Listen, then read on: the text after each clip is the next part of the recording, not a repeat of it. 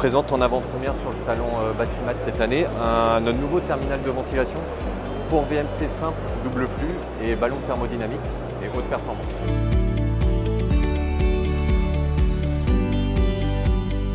On va pouvoir s'adresser évidemment aux sociétés de couverture qui vont poser donc du coup cette extraction de VMC au niveau de la toiture de leurs clients.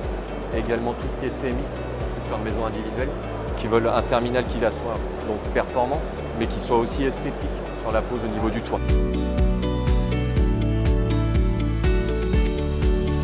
On a travaillé 3 ans sur ce terminal-là pour répondre aux nouveaux enjeux de l'Aéro 2020, qui est plus exigeant en termes de résultats au niveau du contrôle à réception des bouches en fin de chantier et au niveau de ce contrôle de ventilation.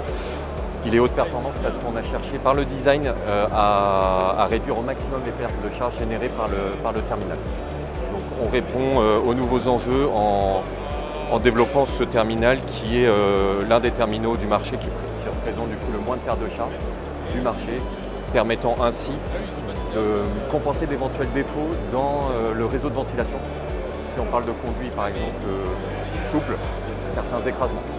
Grâce au très faible perte de charge, 10 pascal en pression totale, lorsque la réglementation demande 25 pascal, on préserve 15 pascal de perte de charge, donc pour répondre à certaines difficultés ou problématiques dans le réseau de ventilation.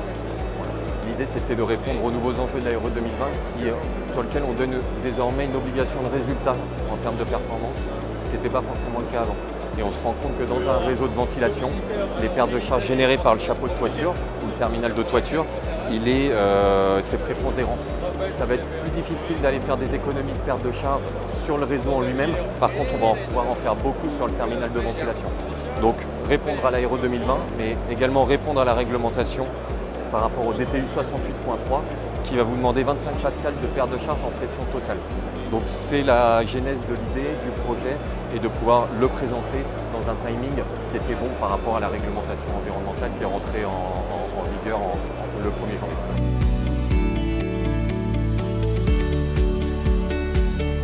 On va pouvoir vraiment se différencier sur la performance de notre terminal. C'est vraiment le leitmotiv. On a testé le terminal auprès d'un laboratoire indépendant spécialisé dans l'aérolique qui s'appelle le CETIAT, sur lequel on l'a testé de manière objective sur les performances. 10,3 pascal de perte de charge en pression totale, c'est ce qui va nous positionner dans les meilleurs terminaux du marché par rapport aux solutions qui peuvent exister chez certains de nos confrères.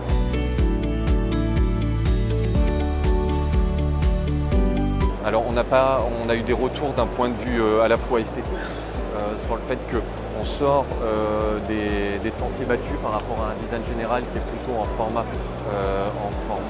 de champignon, type champignon. Donc le design interpelle déjà.